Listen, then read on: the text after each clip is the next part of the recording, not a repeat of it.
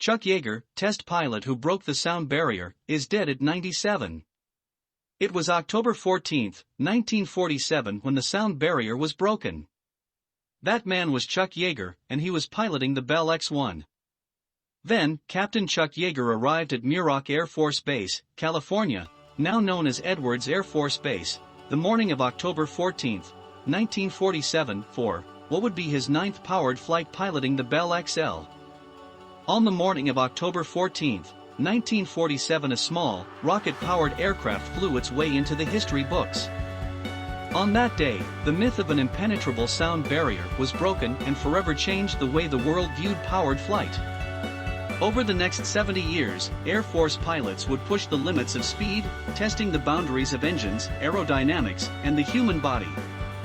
An Air Force captain at the time, he zoomed off in the plane, a Bell aircraft X-1, at an altitude of 23,000 feet, and when he reached about 43,000 feet above the desert, history's first sonic boom reverberated across the floor of the dry lake beds.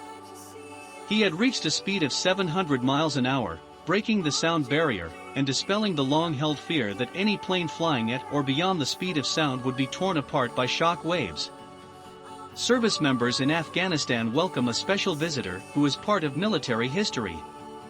Air Force Staff Sergeant Josh Rosales has more. Yeager always was ready to share his experiences with others so they might learn. General Yeager later became a familiar face in commercials and made numerous public appearances.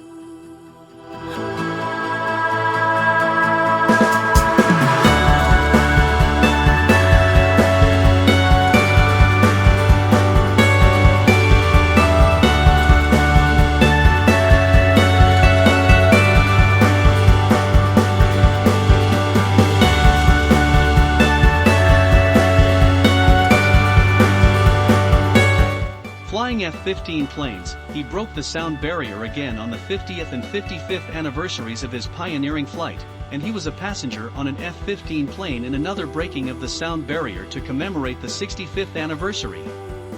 In his memoir, General Yeager wrote that through all his years as a pilot, he made sure to learn everything I could about my airplane and my emergency equipment. It may not have yielded with his image, but as he told it, I was always afraid of dying. Always.